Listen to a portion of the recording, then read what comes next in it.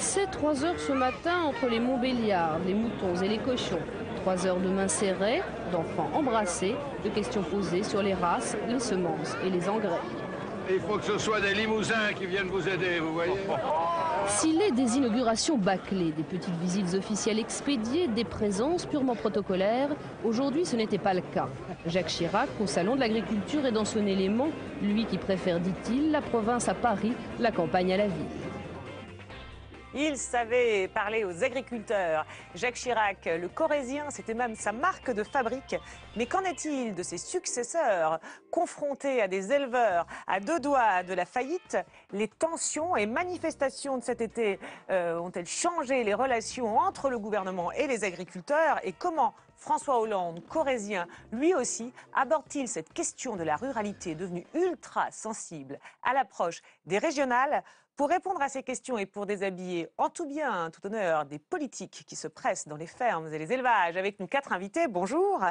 Alors Hervé Lejeune, ancien directeur de cabinet de la FAO, Organisation des Nations Unies pour l'agriculture et l'alimentation. Vous êtes aussi un ancien conseiller agricole de Jacques Chirac et vous venez de publier ce livre, Retour sur Terre, aux éditions La France agricole. Jean-Christophe Bureau, professeur d'économie à Agrotech Paris. Alors vous avez depuis des années à observer de nombreux politiques aux prises avec l'agriculture et puis les agriculteurs aussi. Nourdine Cherkaoui, spécialiste en communication chez Havas Paris. Alors pour nous dire comment ils s'en sortent de tout ça, les politiques. Et enfin Stéphane Rosès, politologue et spécialiste de l'opinion. Une opinion rurale très courtisée cette rentrée, suite à un été marqué par une crise agricole et des manifestations d'éleveurs étranglés par des prix de vente trop bas. Or, on le sait, une crise estivale mal gérée, eh bien, ça peut plomber, comme on dit, une rentrée, voire même un bilan. Est-ce pour cela que ce mois de septembre, un conseil ministériel exceptionnel se délocalisait à Vesoul? Un air de campagne. Ce matin, un tiers du gouvernement a débarqué en Haute-Saône pour un comité interministériel sur la ruralité. Visite de terrain pour tous, une opération reconquête dans ces territoires qui se sentent délaissés. Pour le ministre de l'Agriculture, rencontre avec une éleveuse. La question se poserait aujourd'hui de savoir si on arrête le lait. La Haute-Saône a été choisie parce que c'est un département rural, c'est-à-dire agricole. Il n'y a pas de ruralité sans agriculture. Voilà, mais le gouvernement ne s'est pas contenté de se déplacer en nombre dans une région symbolique. Il délivrait aussi quelques jours plus tôt un vrai message d'amour aux agriculteurs, et ce depuis Paris par la voix de son Premier ministre. Mesdames, Messieurs, tout notre pays au fond est mobilisé pour ces agriculteurs, ces éleveurs, afin qu'ils puissent vivre de leur travail. La mobilisation, c'est celle de l'État, qui apporte aujourd'hui des solutions d'urgence complémentaires. C'est un beau mot que celui de paysan. Pays, paysage, paysan, tout est intimement lié. Alors, le message que je veux adresser, que nous voulons adresser aujourd'hui aux agriculteurs, aux éleveurs, c'est un message d'amour. C'est un message fort et sincère. Vous avez le soutien de la nation. Voilà, et ce message d'amour n'était pas délivré n'importe quand, c'était le 3 septembre, jour de la grande manifestation des agriculteurs à Paris, des agriculteurs qui protestaient contre les cours trop bas et des manifestations qui s'étaient déjà multipliées cet été avec blocage de routes un peu partout en France et saisie de marchandises en provenance de pays vendant à prix cassé à l'industrie française, des actions coup de poing que le Premier ministre, pourtant partisan de la fermeté, refusait de condamner. Moi, je comprends encore une fois la détresse et le désespoir. On parle d'hommes, de femmes, d'éleveurs qui sont pris à la gorge. Mais la détresse, elle permet la casse qu'on peut voir ici ou là. Il y a des actions violentes qui sont parfois menées. Je condamne toujours, avec la plus grande fermeté, la casse, la violence. Mais encore une fois, ce que j'attends des éleveurs, c'est qu'ils entendent ce que le gouvernement a mis sur la table. Eux-mêmes attendent, non pas de la part du gouvernement, ce que le gouvernement attend également de la part des industriels et des abatteurs, c'est qu'il y ait une évolution des prix.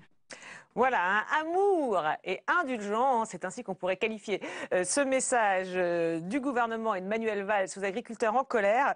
Jean-Christophe Bureau, qu'est-ce que vous pensez de cette réponse du Premier ministre aux agriculteurs? Personnellement, Je n'ai pas été très impressionné par le pays, paysage, etc. Là, je pense qu'on... Paysan. Voilà, paysan. Pays, paysage, paysan. On retombe quand même un petit peu dans les clichés que je pensais un peu dépasser, mais sur le fond du message, le fait qu'il y a une véritable action du gouvernement, pas seulement sur la réponse à la crise, je pense qu'il y a une communication qui mérite de passer mieux, en particulier auprès des éleveurs, puisque si on regarde sur le fond, il y a quand même eu un gros effort financier en faveur des éleveurs que bizarrement le gouvernement markete assez mal. Ah, il n'insiste pas sur les aides, c'est ça, pas assez. Si on regarde les budgets vraiment sur le fond, il y a eu un effort comme assez rarement, enfin jamais. Ouais, d'accord. L'effort est important et ils ne le vendent pas. Ils ne le vendent pas. Alors peut-être que c'est parce que du coup, comme c'est quand même de l'argent qu'on prend un petit peu aux céréaliers, le prix des céréales ayant baissé récemment, peut-être que c'est embarrassant, mais on sent une certaine ambiguïté, puisque j'ai l'impression qu'ils devraient quand même vendre ce message. On n'est pas loin de 2 milliards d'euros de réallocation vers les éleveurs quand même. Et on ne l'entend pas. Et là, c'est quelque chose on n'a pas vraiment l'impression de l'entendre. Il y a bien ce message a été fait beaucoup pour les éleveurs, mais pas affirmé en proportion du véritable effort budgétaire. C'est ça qui est assez curieux. D'accord. C'est l'inverse. Hervé Lejeune, vous êtes d'accord? Ils n'ont pas assez insisté. Et pourquoi, selon vous? Oui, je suis assez d'accord. Je pense qu'il y a au moins 2 raisons. Il y en a une qui est la difficulté, en fait, des politiques aujourd'hui à intervenir dans le domaine agricole, parce qu'en fait, depuis 20 ans, on a quand même donné les clés du camion à d'autres. Je veux dire, suite aux décisions de l'OMC. C'est-à-dire à d'autres, des organisations internationales, à Bruxelles, la politique agricole ne se fait plus au niveau de la France. À Bruxelles d'abord, puis ensuite de moins en moins à Bruxelles, et maintenant aux marchés internationaux, puisque l'OMC, les réformes de la PAC... D'accord, donc les politiques ne sont pas à l'aise, mais là pourtant ils aident, donc ils interviennent, donc ils pourraient en parler. Mais ils aident, mais alors ce que disait Jean-Christophe Bureau aussi à juste titre, c'est que c'est difficile de dire qu'on donne un peu plus d'aide aux agriculteurs, parce que tout le monde pense qu'on donne trop d'aide aux agriculteurs. Bon. C'est là où peut-être il y a des choses à remettre à plat aujourd'hui. Pour un niveau d'activité à peu près équivalent, pour des emplois équivalents, le secteur de la culture est aujourd'hui 2 fois plus aidé que le secteur de l'agriculture. Et il est en dehors des négociations internationales. Donc on s'empêche de dire un certain nombre de vérités, on est pris dans un mouvement qui fait qu'effectivement on a du mal parfois à vendre des nouveaux dispositifs qui sont mis en place, des aides qui sont apportées aux éleveurs. D'accord, ok. Oui, Stéphane Rosès, parce que effectivement là on sent un message d'amour. Alors on pourrait dire aussi qu'il y a eu quand même beaucoup de manifestations cet été qui ont été assez longues, donc c'est peut-être aussi voilà, pour mettre fin à ce mouvement qu'il y a ce message, ou peut-être ce message s'adresse-t-il aussi à l'ensemble de la population en disant voilà, les paysans c'est nos paysages et pas tant aux agriculteurs? Non, effectivement, il y a une difficulté des gouvernants d'abord à communiquer de façon cohérente nonobstant les aides objectives, parce que toutes ces dernières années, ça ne date pas du pouvoir actuel, il y a une difficulté des gouvernants à avoir une vision stratégique des choses. C'est-à-dire que la communication n'est que la déclinaison dans une cohérence d'un paysage que l'on installe sur qu'est-ce qu'on veut faire de l'agriculture ou d'autres secteurs, l'école, ce que vous voulez. D'accord, vous dire qu'ils ne sont pas très cohérents dans la vision déjà. C'est ça le problème. C'est-à-dire que pour bien communiquer, il faut savoir qui on est et où on va. Et ça a été dit excellemment. Il y a un écart entre un imaginaire français qui pense que les affaires du monde agricole et donc rural, l'a rappelé le président, se fait rue de Varennes, alors qu'évidemment, tout le monde sait dorénavant que ça se passe à Bruxelles et dans les grandes organisations internationales. De sorte que les gouvernants semblent être en réagir. Et donc, il y a un écart entre un discours très général qui correspond à l'état de l'opinion, parce que quand on ne sait pas où on va, on cherche les racines. Et donc, il y a un écart, effectivement, entre ce que représente, je dirais, quantitativement le monde agricole et l'immense soutien des Français à l'égard des paysans, dont les discours officiels sont les représentations. Mais effectivement, l'écart... D'accord, donc c'est pas vis-à-vis de l'opinion voilà, les aides, c'est pas vis-à-vis des aides, vous dites, où les Français auraient l'impression de donner trop d'argent. Non, je ne crois pas. C'est plus un problème de cohérence. Je ne crois pas, c'est que les acteurs politiques, comme les agriculteurs eux-mêmes, se disent, mais l'agriculture l'agriculture, qu'est-ce que ça devient? Alors, même lorsque ponctuellement on aide, il y a une difficulté à restituer ça dans une cohérence. Dans une cohérence, sachant que là, ce qui est frappant aussi dans ces discours de Manuel Valls, on peut dire Manuel Valls, il est très ferme d'habitude. Là, on a l'impression qu'il casse un peu son image de fermeté, non? Parce que bon, il y a des manifestations, il y a quand même eu des violences cet été. Ah ben non, mais je comprends les agriculteurs, on en reste sur l'amour. Enfin, on n'est pas l'habitude d'entendre ça dans la bouche de Manuel Valls, Nourdine Charkaoui. C'est vrai qu'il n'est pas sur son registre habituel. Hein, voilà. Mais au fond, que ce soit des gouvernants de droite ou de gauche, ils sont toujours inquiets quand deux catégories de la population descendent dans la rue. Ce sont les étudiants et les agriculteurs. La peur du dérapage. Ça, c'est le premier point. Deuxièmement, c'est très difficile d'expliquer la vie d'un agriculteur, d'une exploitation, aux urbains. C'est-à-dire que le lien entre campagne et ville s'est distendu ces dernières décennies. Puis troisième point, les consommateurs font des efforts pour s'acheter le dernier smartphone à la mode, mais ils vont être très attentifs au prix de leurs fraises, de la viande, etc., etc. Et on a été habitué à devenir des consommateurs malins, donc radins. Donc il y a aussi cette question du prix. Donc bien sûr, il y a la vision globale du rapport à ceux qui décident, et donc les organismes internationaux, mais aussi notre perception, nous, citoyens, et donc aussi les politiques, du monde agricole. Oui, mais alors là, justement, parce que cette indulgence, vous dites que les politiques ont peur hein, quand il y a les étudiants et les agriculteurs qui descendent dans la rue, il est quand même très indulgent. On se souvient des manifestations de chauffeurs de taxi où il y a eu des violences, hein, là pour le coup, contre les chauffeurs Uber, mais on avait un discours plus ferme. Est-ce qu'il y a une indulgence quand même particulière, Jean-Christophe Bureau? Oui, tout à fait. Hein. Depuis très longtemps, hein, les viticulteurs qui avaient tué 2 gendarmes n'ont bon, là, on en est loin, hein, heureusement. Un peu loin, mais c'est quand même une tradition. Le Parlement de Bretagne incendié, je ne pense pas qu'il y ait eu... Oui, il y a vraiment Manuel Valls, il est vraiment dans cette tradition, c'est ça? Oui, mais ceci dit, c'est exactement le Parlement de Bretagne. Le Parlement de Bretagne. C'est pas les agriculteurs. Les pêcheurs, bon. Ce sont dans la grande famille de l'agriculture, on va dire, au sens très très large, la nourriture. Oui, Stéphane Rosès. Alors, il est également c'est pour ça qu'il est indulgent. Parce que tous nos dirigeants républicains ont engrammé dans leur inconscient le fait que la République s'est construite à partir d'une conquête du monde agricole, avec, je parle sous votre contrôle, un ministère de l'Agriculture, qui était en soi une sorte de super pouvoir. Donc tout ça travaille l'inconscient collectif du pays, d'où cette mansuétude. D'accord, cette tradition reste. Alors on a vu hein, les images du conseil ministériel exceptionnel, hein, je précise, à Vesoul, mais le président n'est pas le seul à avoir des envies de campagne. En cette rentrée, Nicolas Sarkozy, lui aussi, a démarré hein, la rentrée dans une ferme, c'était au mois d'août. Sur le chiffre d'affaires entre le lait et les céréales. On est un peu plus important en lait qu'en céréales aujourd'hui. Mais ça dépend des années. Nicolas Sarkozy, intéressé et attentif. En ces temps difficiles pour les agriculteurs, il veut montrer qu'il est à leur écoute. Comme un symbole, c'est d'ailleurs dans cette exploitation de Saint-Privé dans l'Yonne qu'il a choisi de faire sa rentrée politique. L'occasion pour lui de critiquer une nouvelle fois le gouvernement et de répéter quelques propositions. Aujourd'hui, aucune réponse structurelle n'est apportée à la crise structurelle de l'agriculture française.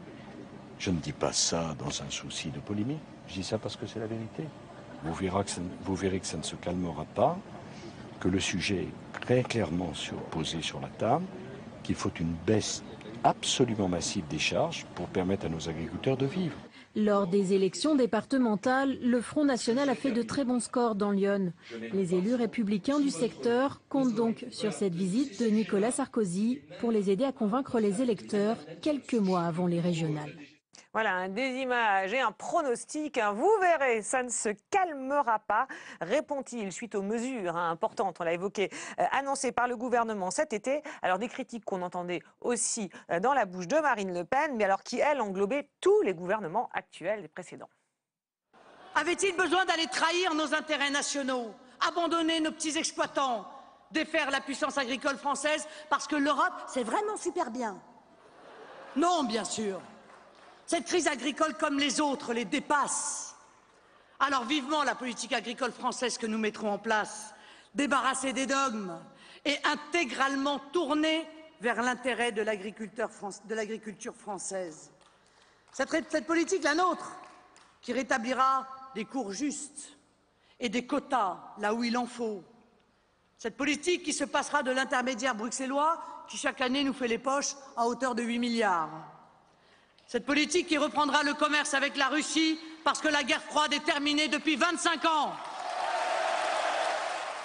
Cette agriculture familiale, de qualité, de proximité, de paysage français, c'est la nôtre. Et c'est l'agriculture du futur. Écologique, patriote, humaine, sociale, moderne. Voilà, écologique, patriote, moderne, sociale, humaine, on peut dire qu'elle ne lésine pas sur les qualificatifs. Vous parliez tout à l'heure de la question de l'Europe, que les politiques avaient du mal à aborder en disant finalement qu'ils étaient un peu dessaisis de leur pouvoir. Alors elle, pour le coup, elle en parle beaucoup de l'Europe, elle attaque essentiellement sur cette question-là. Est-ce que là, il n'y a pas un vrai problème du coup de registre, quoi. Voilà, on voit bien Nicolas Sarkozy dans une vision purement économique, de baisse de charges, mais au niveau franco-français. Les autres parlent des aides. Elle est sur le plan européen. On voit bien qu'il y a peut-être un problème de registre, non? Les deux registres sont justifiés. Il y a à la fois un sujet économique et un sujet communautaire. Quand Marine Le Pen dit que on a grosso modo laissé notre agriculture à une commission qui lui voudrait beaucoup de mal, elle a tort sur une partie et elle a raison d'une certaine manière sur une autre. La réalité, c'est que, je l'ai dit tout à l'heure, depuis 20 ans, on a laissé... mais alors justement, ça pose la question de la réponse des politiques. Du coup, et du coup, la réponse des politiques est très difficile parce que, pour différentes raisons, d'ailleurs parfois contradictoires, sous des pressions contradictoires, que ce soit d'organisations agricoles, des écologistes, d'autres, on a fait des réformes de la PAC successives qui ont abouti aujourd'hui au fait que la politique agricole commune est de moins en moins agricole. Bon. Et du coup... Elle est quoi? Elle est un petit peu agricole encore, beaucoup environnementale, okay. Très au service du consommateur, ce qui a son intérêt du point de vue agricole. Mais du coup, on a perdu la main. Et sur des marchés, quand on regarde aujourd'hui ce qu'on peut faire en matière de viande bovine, puisque c'était quand même le sujet de l'été, aujourd'hui le marché international de la viande bovine, le premier exportateur c'est l'Inde. Oui, la France ne peut pas faire grand-chose, et même l'Europe. Qui vend de la viande à 2 à 3 $ le kilo sur les marchés. Alors, juste un petit mot, on ne va pas faire le débat de fond, alors attention. Non, mais je précise, parce que je sentais que vous vouliez intervenir, donc je vous bride déjà, avant même que vous preniez la parole. Une petite réaction, puis après, surtout sur cette question du discours des politiques, Stéphane Rosès. Sur le fait que la politique agricole soit plus environnementale, je suis en désaccord total, et le on l'a vu aussi. Mais sur la réponse des politiques, il y en a quand même toujours cette hypocrisie au niveau français qui est « c'est de la faute à Bruxelles ». Ça, il y avait des réformes tout à fait nécessaires qu'on était incapable d'expliquer et d'assumer, alors que dans d'autres pays, ça a été fait. D'accord, donc peut-être qu'il faudrait parler de l'Europe, mais pour expliquer que l'Europe n'est pas... C'est très difficile, mais c'est tellement tentant de trouver un bouc émissaire européen. Ça fait quand même 3 ou 4 gouvernements où ça se passe exactement comme ça. D'accord, en tout cas, on n'en parle pas. C'est vrai qu'ils en parlent peu dans les extraits qu'on a vus. Ouais, un petit mot, Stéphane Rosès. Ce que vous venez de dire à l'instant, c'est vrai qu'il y a des mesures qui étaient difficiles à assumer et expliquer et qu'on a projeté à l'Europe. C'est ça que vous dites. Et qui elle-même l'a reproché à l'OMC, qui n'y est absolument pour rien. Mais c'est justement ça que reprochent des Français à l'Europe et à nos gouvernants. C'est quoi? C'est justement de sembler dire, pour des raisons sans doute objectives que vous mentionnez, que le destin de la France dépendrait de l'extérieur. D'où la montée du Front National avec la ligne Philippot, qui n'est pas la ligne mais justement, du père. Et les politiques n'assument pas. Nos gouvernants, qui étaient effectivement trop contents d'utiliser l'idéal européen romantique, hugolien, napoléonien des Français pour demander à la Commission de prendre des mesures qu'eux-mêmes, vis-à-vis de leur opinion et des agriculteurs, ne pouvaient pas prendre. C'est bien ça, le vice de forme du rapport et de la duplicité. Ce qui lui donne une brèche, effectivement, dans le discours, mais ne correspond pas à une réalité. Ça ouvre une avenue à Marine Le Pen. Et il faut qu'on avance. Il y a un petit mot quand même sur la posture de Nicolas Sarkozy, qui démarre quand même là très, très, très offensif. On le voit quand il dit « ça ne se calmera pas ». Je voulais savoir ce que vous en pensiez. Un petit mot sur sa réaction. Sarkozy fait du Sarkozy. Ah bon, c'est quoi faire du Sarkozy? Il met un peu d'huile sur le feu et il n'est pas audible pour autant. C'est-à-dire que celui qui, cet été, a été le mieux perçu, à la limite, c'était Bruno Le Maire. Oui, on le verra les images, qui a été rendre visite aux agriculteurs, le premier, des premiers. Il est ancien ministre de l'Agriculture, d'ailleurs. Oui, il a la crédibilité, pour lui. Et Nicolas Sarkozy, alors là, cette rentrée, ça fait flop. En fait, sur d'autres sujets, cette rentrée a été difficile pour lui. Sur d'autres sujets, il n'avait pas trouvé encore le tempo, là non plus. Moi, ce que je retiens de Marine Le Pen, c'est qu'au fond, elle a un discours incantatoire, simpliste, vraiment à l'extrême. Elle aurait pu me rajouter l'aternement pas, ça aurait pu passer dans le discours. C'est pas vraiment une véritable réponse aux agriculteurs. C'est une réponse à leurs angoisses en leur disant on vous comprend, on va faire. Oui, voilà, on fait le catalogue de réels. Vous disiez paysan, paysage, là on est un peu dans le même registre. Mais là on voit bien. Tout le monde dit la même chose, on vous comprend. Sauf que personne ne dit qu'est-ce qu'on va faire. Exactement. Et ça c'est quand même le drame. Et sur Nicolas Sarkozy, sur l'image et la posture très, on peut dire assez agressive, vous avez un petit mot Non, mais il est dans une tradition. Il y a un petit décalage entre, disons, le besoin d'empathie, les codes sociaux des agriculteurs, et le fait que le rebond premier soit sur tacler ce que fait le gouvernement. Oui. Et ça, c'est un vrai souci de communication en la matière. Parce que, et là, c'est pour ça que la déclaration d'amour de Manuel Valls est aussi intéressante dans ce sens-là. C'est-à-dire, première chose que les agriculteurs veulent entendre, c'est qu'on les comprend. C'est pas que les autres ont tort. C'est que, voilà, j'ai fait l'analyse de comprendre ce qui se passe. Or, quand on surfe sur, disons, la passion politique de l'instant, on passe un peu à côté. D'accord, oui, ce que font d'ailleurs Nicolas Sarkozy et Marine Le Pen aussi, quoi. Ils sont dans une instrumentalisation politique qui est... Hein, oui, mais je trouve que Marine Le Pen vise plus juste parce qu'elle touche à un problème que j'indiquais, qui est la façon dont les Français se représentent l'extérieur et l'intérieur. Donc elle touche l'imaginaire français. Alors que Nicolas Sarkozy dit, je ne dis pas ça pour faire de la polémique, mais comme vous le disiez justement, tout son registre de retour, c'est je suis le principal opposant, je vais sur le terrain et je montre que sur tous les sujets, la majorité actuelle ne fait pas correctement son travail. Et vous le disiez justement, la politique à la française, ce n'est pas la politique à l'américaine. C'est-à-dire que on ne se positionne pas.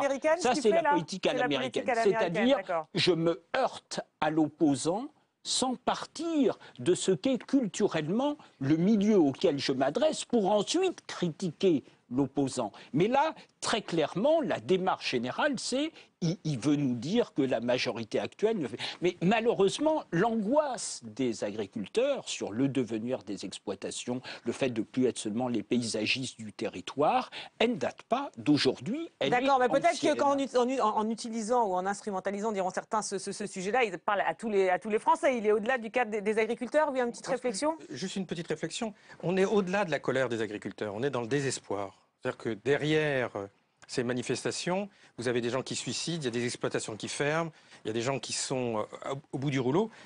Ça tape à côté, ce discours tape à côté. C'est-à-dire que d'accord, pas ça.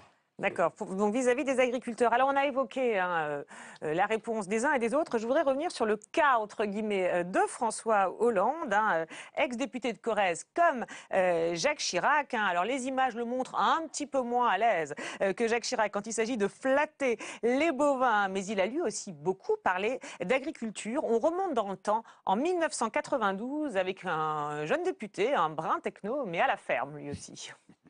Je suis là pour être convaincu car en fait je suis tout à fait sensible à cette revendication de qualité. Notre région est une région d'élevage et dans la réforme de la politique agricole commune telle qu'elle va être engagée aujourd'hui, cette région d'élevage doit être favorisée. Et moi, ce que j'attends surtout de cette rencontre, c'est une confirmation de ce que je pense, c'est-à-dire qu'il faut développer des primes, développer des aides à tous ceux qui font un effort, non pas vers la quantité toujours plus de marchandises dans des pires conditions et en étant concurrencés d'ailleurs par d'autres, mais à ceux qui font un effort pour produire mieux et pour produire davantage de qualité. Voilà, produire mieux, favoriser la qualité. Le discours a plus de 20 ans, mais il n'a pas changé. Ça mérite d'être souligné et démontré avec cette allocution quelques 20 ans plus tard, en 2013, avec un François Hollande devenu président au Salon de l'Agriculture. Je voulais inaugurer ce 50e Salon de l'Agriculture, qui est un grand moment pour l'ensemble du pays, qui prend chaque fois conscience de la qualité des produits, du travail des agriculteurs et de la chance que représente pour la France d'avoir un tissu rural qui puisse être ainsi animé. Aujourd'hui, les interrogations sont nombreuses. La première, c'est de promouvoir la qualité française, la production française, l'élevage français, l'ensemble des produits français. Et pour cela, il y a une exigence que je porte au niveau européen. C'est l'exigence de traçabilité. Voilà, donc généralement on souligne les revirements dans le discours des politiques. Là, voilà, on va montrer quand même on a montré la constance.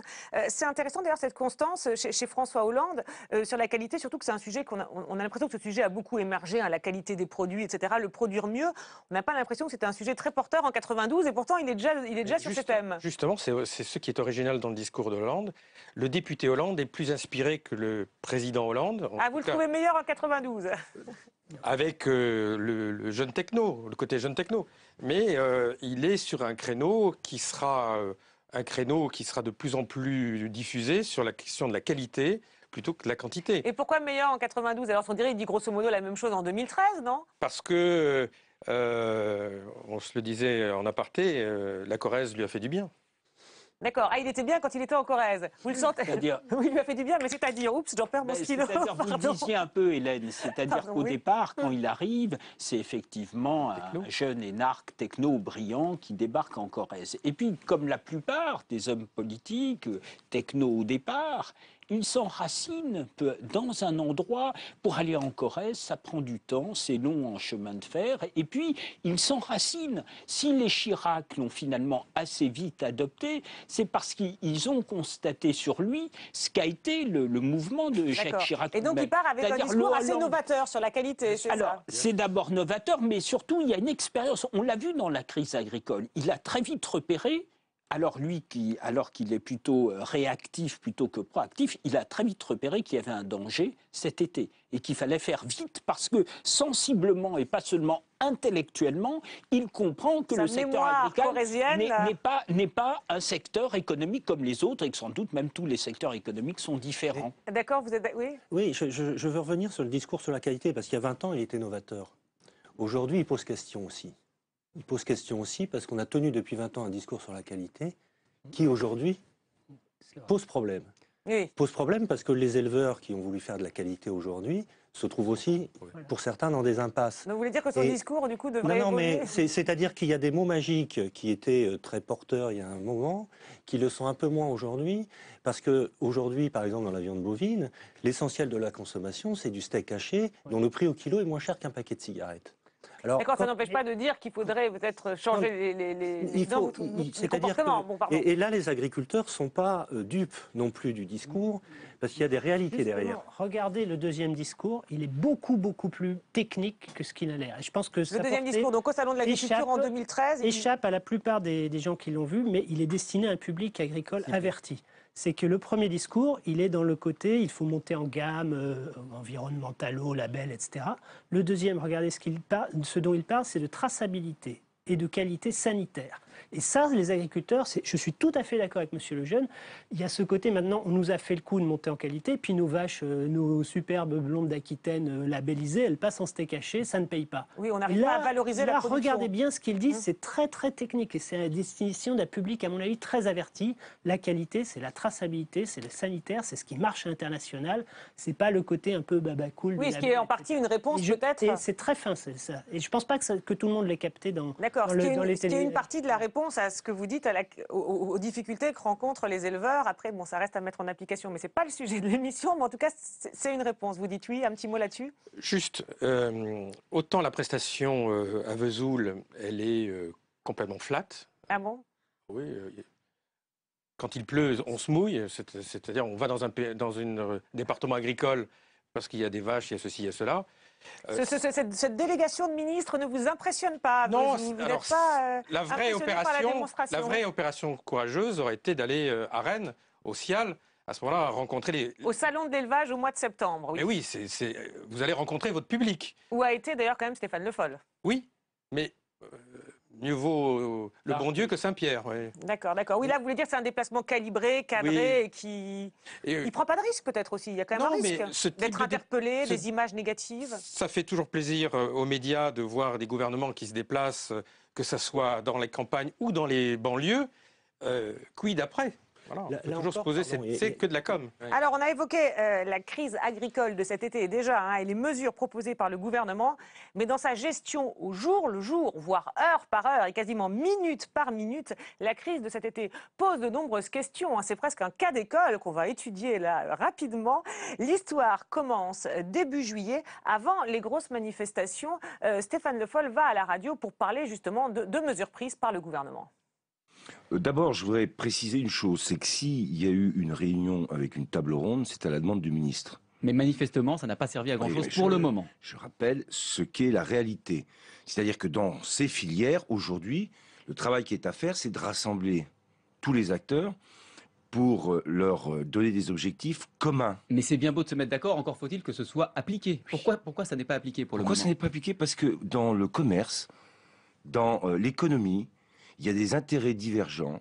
Chacun peut voir son propre intérêt et oublier l'intérêt du premier maillon de la filière, en particulier celui des producteurs.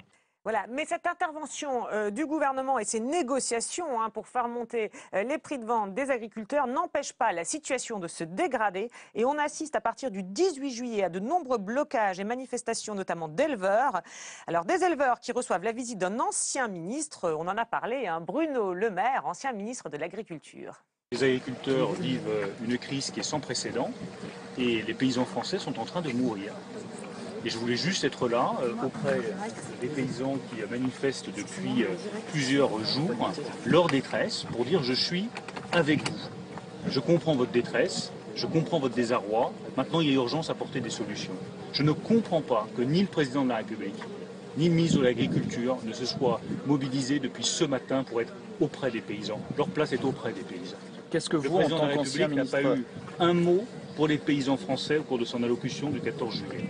Moi, je suis là simplement comme élu normand, comme ancien ministre de l'Agriculture, pour dire aux paysans, je suis avec vous, je suis là pour vous défendre, je suis là pour porter aussi vos revendications, pour faire en sorte qu'on vous écoute et qu'on vous respecte. Voilà, alors là aussi, il pointe tous les loupés, du moins selon lui, du gouvernement et du président, et ceux-ci semblent l'entendre dès le lendemain. 9h ce matin, à peine arrivé au sommet sur le climat, François Hollande ne se fait pas longtemps prier pour répondre aux journalistes. Oui, j'arrive, je parle. Car il a un message urgent à faire passer aux éleveurs. Demain, le Conseil des ministres prendra des décisions. J'ai demandé qu'au-delà de la question de la distribution, des prix, il puisse y avoir un plan d'urgence pour les éleveurs français et pour les producteurs de lait. Objectif, éviter que la colère se propage. À 11h, c'est Manuel Valls qui s'en charge. Il accuse l'opposition. Les préoccupations des agriculteurs concernant la PAC, c'est suite à des décisions qui ont été prises sous la présidence de Nicolas Sarkozy, avec François Fillon comme Premier ministre et Bruno Le Maire comme ministre de l'Agriculture. Donc j'invite chacun à ne pas exploiter la situation de détresse que vivent les agriculteurs. Retour à Matignon, à midi, pour une réunion ministérielle décidée à la dernière minute. Et nouvelle accélération. J'ai changé d'avis. Le ministre de l'Agriculture accepte finalement d'aller rencontrer les éleveurs à Caen. Départ dans la foulée, en hélicoptère. À 16h, Stéphane Le Foll est à la préfecture du Calvados. Le moment est grave. On n'est pas là pour négocier l'accord, je rentre à Paris pour justement discuter de l'application de l'accord du 17 juin et de la médiation et de l'analyse qu'on va faire. Donc, j'ai par contre ici écouté ce qu'était la spécificité aussi d'une région de polyculture élevage, Basse-Normandie et Calvados, que je connais, mais qui a des questions qui étaient évoquées qui sont spécifiques. Voilà, une déclaration présidentielle depuis Bruxelles, alors que le président est lié pour un tout autre sujet, ce qui a d'ailleurs, d'après la presse et le Canard enchaîné du mois de juillet, pris de court le gouvernement, cette annonce en direct, puis réunion ministérielle à l'improvisé, revirement de Stéphane Le Foll qui ne devait pas aller voir les agriculteurs, puis qui y va finalement, et enfin le soir, réunion au ministère avec déclaration à la sortie. Il n'y a pas de moyens légaux pour aller moi-même imposer à quelqu'un de faire une démarche commerciale. Je l'ai déjà dit, je le répète, mais je trouve que en un mois, même si c'est trop long, j'en ai parfaitement conscience, on a fait bouger des lignes dans des filières, et c'est déjà ça qui était le constat ce soir, c'est qu'on peut le faire. Voilà, déclaration de nuit sur le perron du ministère. Hein, ça fait très gestion de crise, là. Mais avec un paradoxe, c'est qu'on est maintenant dans une temporalité longue. Hein, effectivement, il le dit, on a commencé il y a un mois. Et puis là, tout à coup, ça s'emballe sur une journée. C'est quoi? Il y a eu un retard à l'allumage qu'ils ont voulu corriger? Est-ce qu'ils l'ont bien corrigé? Est-ce qu'ils étaient vraiment si en retard que ça? Et pourquoi François Hollande intervient depuis Bruxelles en coupant l'arbre sous le pied à tout le monde? On comprend là, vous le dites très bien, il y a un problème de temporalité. À écouter Stéphane Le Foll, je ne suis pas spécialiste, je parle sous le regard de nos amis spécialistes. On comprend qu'il dit on est sur un sujet compliqué. Moi, l'État, je ne peux pas, en première ligne, faire que tout de suite, je dise à des opérateurs privés, il faut faire ceci, cela. Donc, du coup, je veux être là sans trop m'exposer. C'est pour ça qu'il ne veut pas y aller au début, c'est ça. Donc, ça veut dire que soyons rationnels, regardons la situation.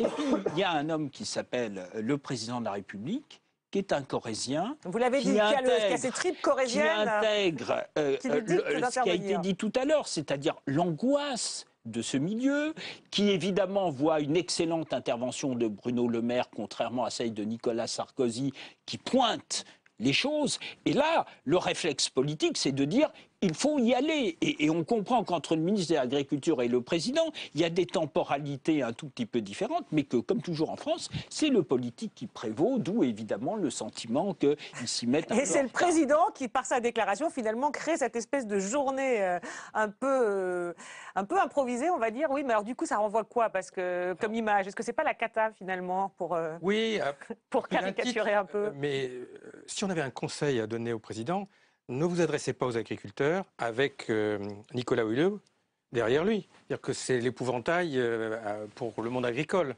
D'accord, il était à Bruxelles pour une question, un sommet sur le climat. Voilà, c'était juste un petit point d'humour. D'accord. Pour le reste...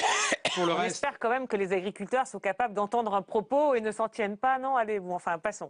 Non, parce que c'est fait à la va-vite. Oui, mais Stéphane Rosès dit finalement ce sont ces tripes corésiennes là qui lui ont dit qu'il faut intervenir. Son sens politique, son sens politique. Mais ça n'empêche qu'on voit bien l'incapacité de l'État à organiser le secteur. Ou en tout cas, à essayer d'imprimenter dessus. Et on voit bien le réflexe français que quand il y a un problème, on se tourne vers l'État et le politique. C'est ça aussi le sujet. C'est qu'il y a un problème qui concerne des intérêts, ça a été dit par le ministre, des intérêts économiques. Le politique est là pour réguler. Les Français veulent à la fois des prix bas et à la fois conserver une agriculture de qualité. Et quand ça ne va pas, on se tourne vers l'État en disant qu'est-ce qu'il fait. Et sur la réponse du politique, un petit mot, puis on va vous faire réagir aussi. La réponse du politique, c'était le niveau d'intervention.